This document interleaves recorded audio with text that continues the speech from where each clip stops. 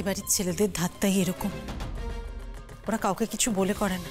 কিন্তু আমি বেশ বুঝতে পারছি এই কদিনে ওর ব্যবহার বেশ কিছুটা পাল্টেছে। দেখো বাবার শরীরটা ভালো নেই, রোদের মধ্যে বাবাকে আর বেরোতে হবে না, আমি একা একাই চলে যেতে পারবো। ঠিক আছে, তুমি তুমি বাবার খেয়াল রেখো, আমি আসছি। চলো রবি কাকা, চলো। কি নয়, এসব তুমি কি করছো? সবে তো ভুগে উঠলে। না না মা, আমি পারবো, আমি পারবো। আপনি বসুন মা, আমি পারবো। না না না, আমি দিচ্ছি মা, তুমি বসো, বসো তো। ও তোমার কাজ কমানোর জন্য কাজে হাত লাগিয়েছে এটা ভেবো না দিদি ভাই। ও কাজ করছে নিজেকে ব্যস্ত রাখার জন্য, ওর বরকে ভুলে থাকার জন্য। কি গো মেয়ে, আমি কি কিছু ভুল বললাম? মিহির কোথায়? দাদাভাই কাউকে বলে কোথাও যায়? কটা দিন বেশ ভালোই ছিলাম, ভাবলাম বিয়ের পর মানুষ হয়েছে, দুদিন যেতে না যেতেই যেই কে সেই। এখন থাক না এসব কথা, তোমরা খাও না, এসব নিয়ে এত কথার কি আছে? মন্দিরা, নিজের ছেলেকে একটু বোঝাও, বিয়ের পর জীবনটা পাল্টে যায়, সেটা ওর মাথায় ঢোকাও। মিহিরের মাথায় কখন যে কি চাপে। এই তো এত কাণ্ড হয়ে যাওয়ার পরও গতকাল গুঞ্জনের জন্মদিনে পার্টিতে গিয়েছিল। আসলে গুঞ্জন আর মিহিরের সম্পর্কটা কিন্তু বেশ ভালো। হ্যাঁ, এনগেজমেন্টের সময় একটু তিক্ত হয়ে গিয়েছিল, কিন্তু এখন বোধহয় ওরা আবার ব্যাপারটা ঠিক করে নিয়েছে। শুনলাম দাদা গুঞ্জনকে জন্মদিনে একটা খুব সুন্দর গিফট দিয়েছেন, আবার মিহিরও দিয়েছে। হ্যাঁ, ও আবার নিজে পছন্দ করে কি যেন একটা দিয়েছে। ও তার মানে কাল গুঞ্জনের জন্মদিনের পার্টিতে? আমাকে একবারও বললো না কেন? কি হতো বললে? আমি আপত্তি করতাম, আটকাতাম ওকে।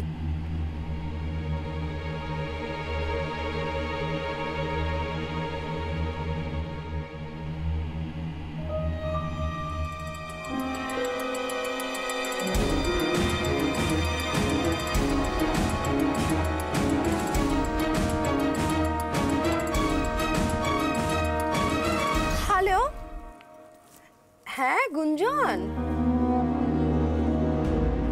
হ্যাঁ হ্যাঁ বলো।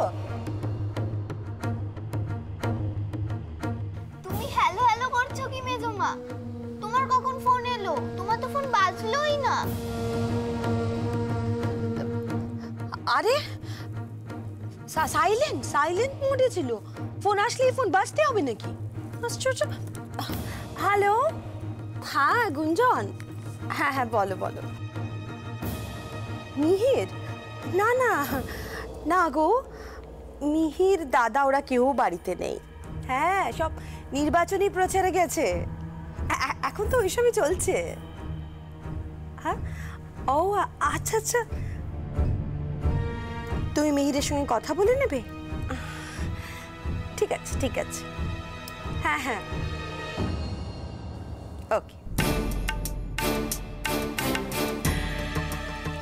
দিদি ভাই, মিহির আজ দুপুরে বাড়িতে খাবে না। কেন? ওই গুঞ্জন মিহিরের সঙ্গে লাঞ্চের প্ল্যানিং করছে, তাই খবরটা দিতে বলল।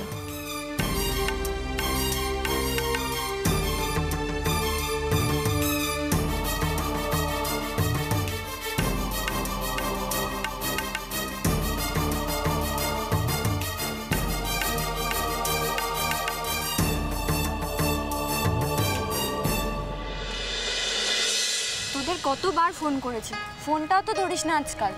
নানা রকম কথা কানে আসছে। কি ব্যাপারে, কি হয়েছে? তোরা ভালো আছিস কিনা সেটা জানার জন্যই মাঝখানে ফোন করেছিলাম। হ্যাঁ রে, চারুদি কেমন আছে? অনেক কিছুই তো ঘটে গেছে শুনলাম। ভালো আছে তো চারু? পুরো কলেজটাই তোকে চারুদির হাত ধরে আসতে দেখেছি, আজ একা এলি, কেমন একটা অদ্ভুত লাগছে।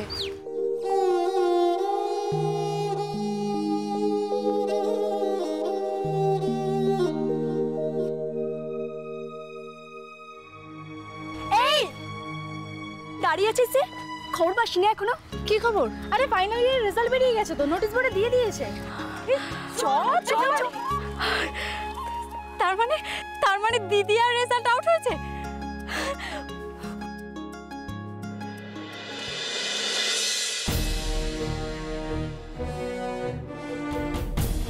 মিহির কেন বলে গেল না আমায়?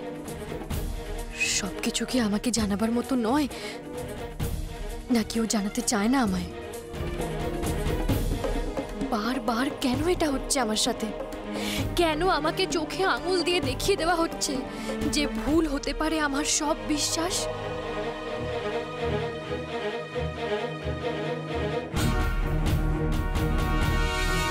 কেন মনে হচ্ছে ঠকে যাচ্ছি আমি? কেন এ বাড়ির বউ হয়েও নিজের কেউ হতে পারিনি আমি এতদিনে? তবে কি বাবার ভয়টাই সত্যি? মিহিরকে ভালোবেসে আমি এমনই অন্ধ হয়ে গেছি যে ঠিক ভুলটাও বুঝতে পারছি না। একটা সম্পর্ক দাঁড়িয়ে থাকে ভালোবাসার ওপরে, আর ভালোবাসা তো আসে বিশ্বাস থেকে। তাহলে সেই বিশ্বাসটাই কেন বারবার ধাক্কা খাচ্ছে আমার?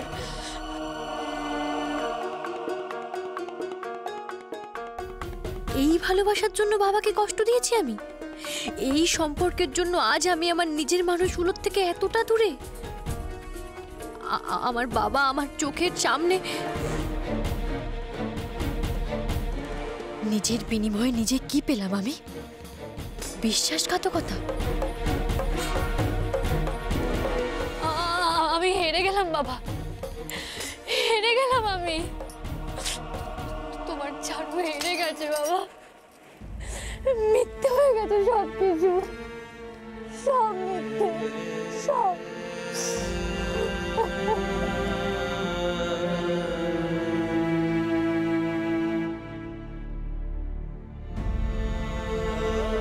দিদি আর রেজাল্ট দেখতে আসবে না এটা হতেই পারে না। নিশ্চয়ই এসেছে ও, কিন্তু কিন্তু কোথায় দেখতে পাচ্ছি না তো। একটু দেখি দেখি।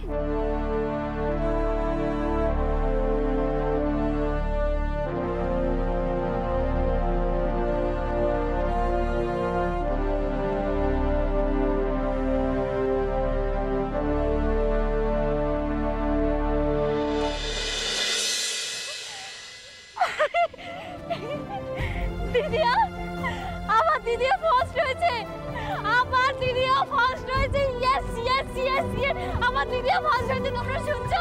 আমার দিদিয়া ফার্স্ট হয়েছে।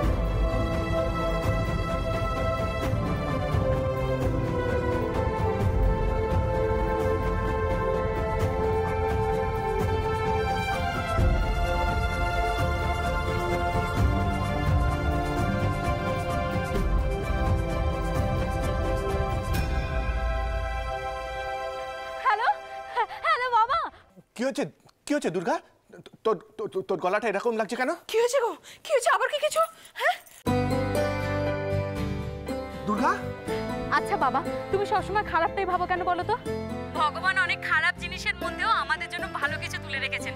তুমি এইসব কথা ছাড়ো না বাবা। শোনো না, শোনো না, দিদিও ফার্স্ট হয়েছে। আরে উঠছো কেন? কি হয়েছে বলো না, চুপ করে আছো কেন? কি হয়েছে?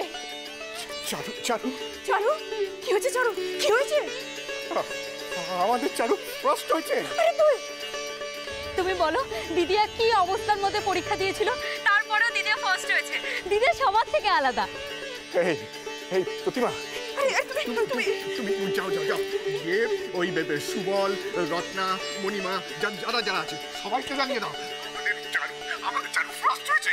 যাও যাও, দাঁড়িয়ে থাকো না, যাও। আরে এমনি এমনি গিয়ে জানিয়ে দেবো। খুশির খবর জানাবে না? আমি পরে ওদের সবার জন্য মিষ্টি নিয়ে যাবো, বুঝেছো? এই দেখো দাঁড়িয়ে ঠাকুর দেখছো কি? যাও। ঈশ্বর চক্রবর্তী বাড়িতে আছেন? ঈশ্বর চক্রবর্তী? এই প্রতিমা দেখো তো কে এসছে। তুমি দেখো আমি বাড়িতে আছেন? কে?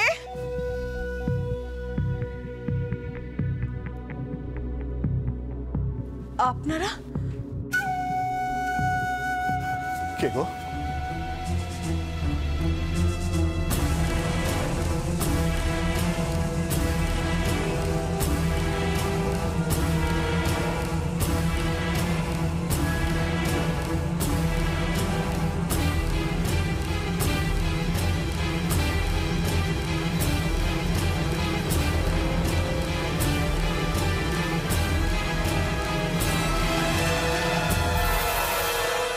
অভিরূপ মুখার্জি।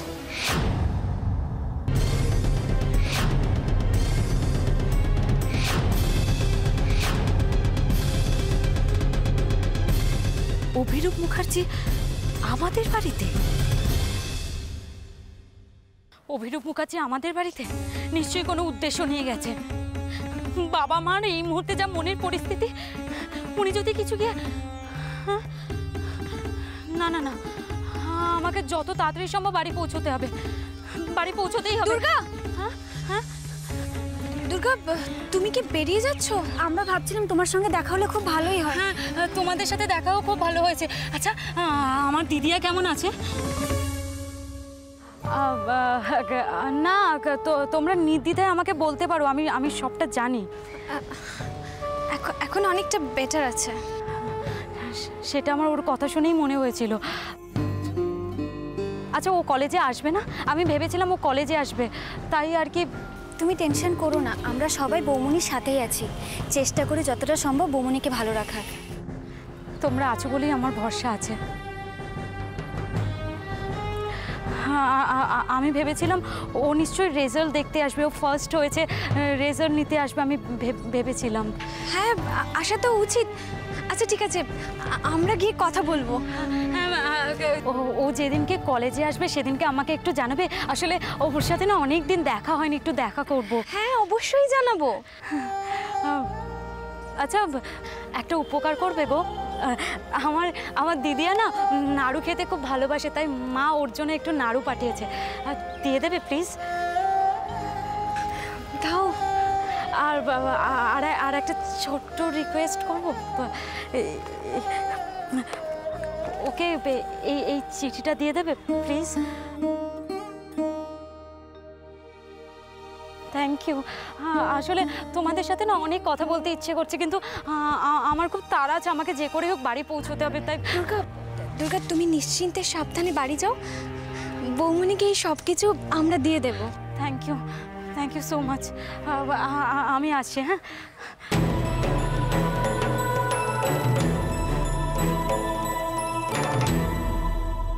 ভেতরে আসতে পারি? অবশ্য আপনাদের যদি কোনো অসুবিধে থাকে। না না, আসুন। নির্বাচনী প্রচারে এসেছিলাম এদিকে, তা ভাবলাম এলামই যখন আপনাদের সঙ্গে একবার দেখা করে যাই। আসুন, ভেতরে আসুন।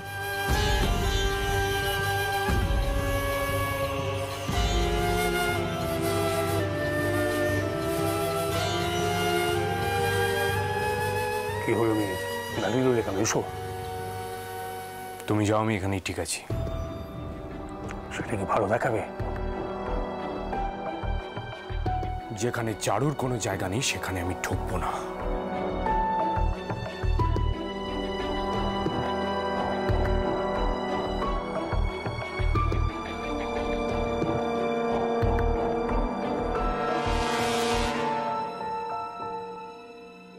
এদের এই আবেগ, মান অভিমান এত বেশি,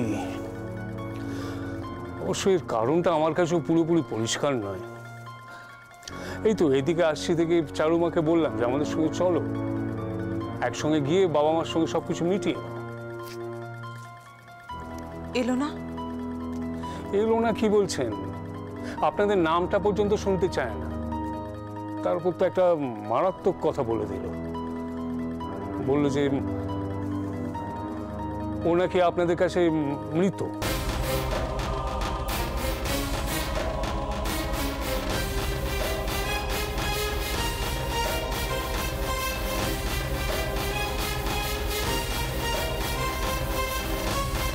কি ঈশ্বরবাবু, কি হয়েছে আপনার?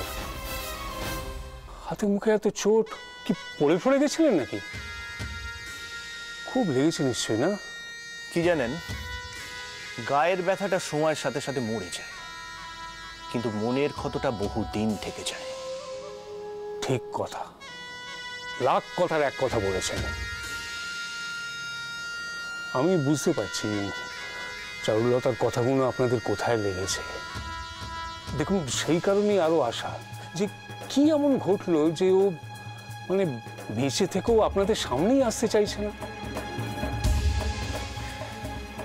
এই কথা ও নিজে মুখে বলেছে? বিশ্বাস হচ্ছে না? আমারও হয় না।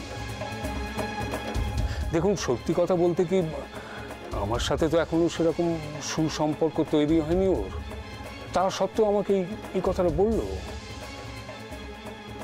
তাছাড়া আরো যেটাও করলো। কি করলো? না থাক, সেসব বলে আমি আপনাদের মনটা আর। না না, থাকবে কেন, বলুন। আসার পর থেকে তো আপনি অনেক কিছুই বললেন, এটাই বা বাদ যায় কেন, বলুন। খুব বিশ্রী ব্যাপার, বলতেও খারাপ লাগছে। মিহির ওকে এতবার বারণ করা সত্ত্বেও চারুলতা আপনার নামে পুলিশের কাছে রিপোর্টটা করলো।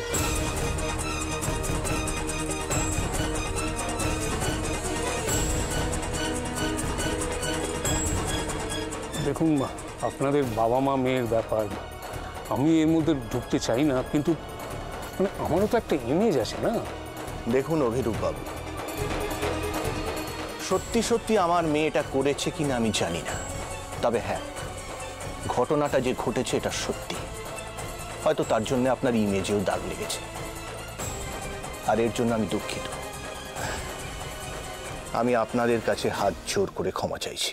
আরে না না, আমার কথা শুনে আপনি এভাবে। এক মিনিট, মেহের, মেহের,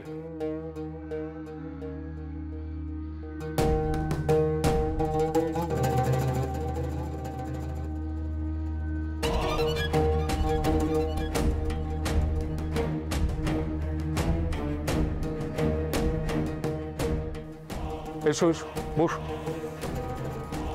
বসো। ওনাদের চারুর ব্যাপারটা বললাম, তা উনি মেয়ের হয়ে আমার কাছে ক্ষমা চাইছেন। কি বলি বলো তো, তুমি বলো ওনাদের। না, আমার ক্ষমা চাওয়ার কোনো প্রয়োজন নেই। সেদিন যেটা ঘটেছে সেটা রাগের মাথায় মানুষটা কি করতে কি করে ফেলেছে সেসব ধরে তাতে আমার কিচ্ছু যায় আসে না। তবে এই পুরো ব্যাপারটাই চারু শক্ট।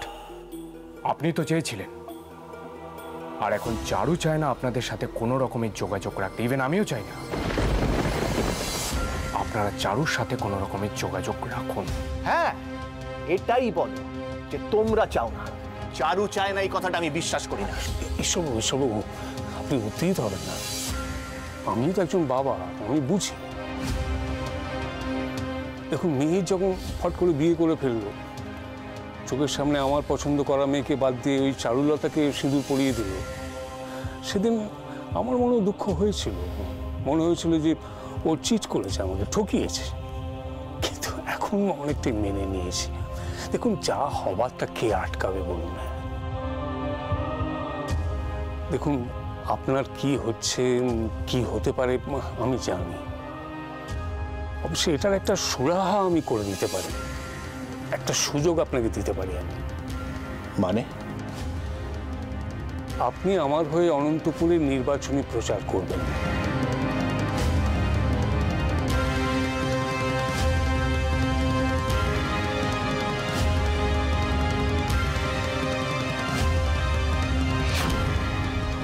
আপনি ভেবে দেখুন সর্বদা, যদি কাজটা করেন তাহলে চারুলতাকে বলে আমি আপনাদের মধ্যে ব্যাপারটা মিটিয়ে দিতে পারি। এতক্ষণে আপনার এখানে আসার কারণটা আমার কাছে স্পষ্ট হলো অভিরূপ বাবু। বাবা মেয়ের সম্পর্ক নিয়েও রাজনীতি করবেন অভিরূপ বাবু, সেটা কি করা যায়?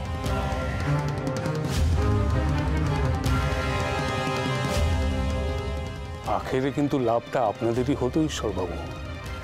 লাভ ক্ষতির হিসেবটা আমি জানি না, আর বৈষয়িক ব্যাপারেও আমি খুব কাঁচা। তবে বাপ মেয়ের সম্পর্ককে বন্ধক রেখে আপনার পার্টির ঝান্ডা আমি ধরতে পারবো না। আমাকে আপনারা মাফ করবেন।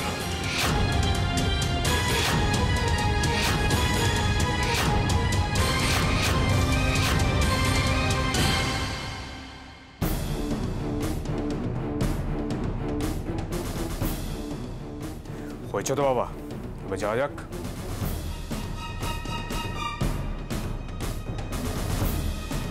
আপনার সঙ্গে আমার একটা কথা আছে।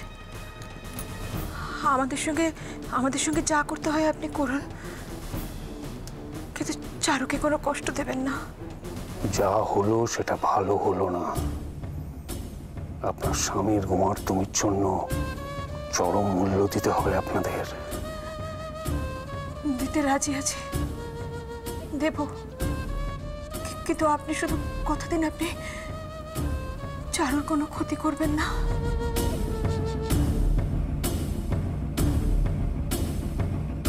চলে এসো মিহির।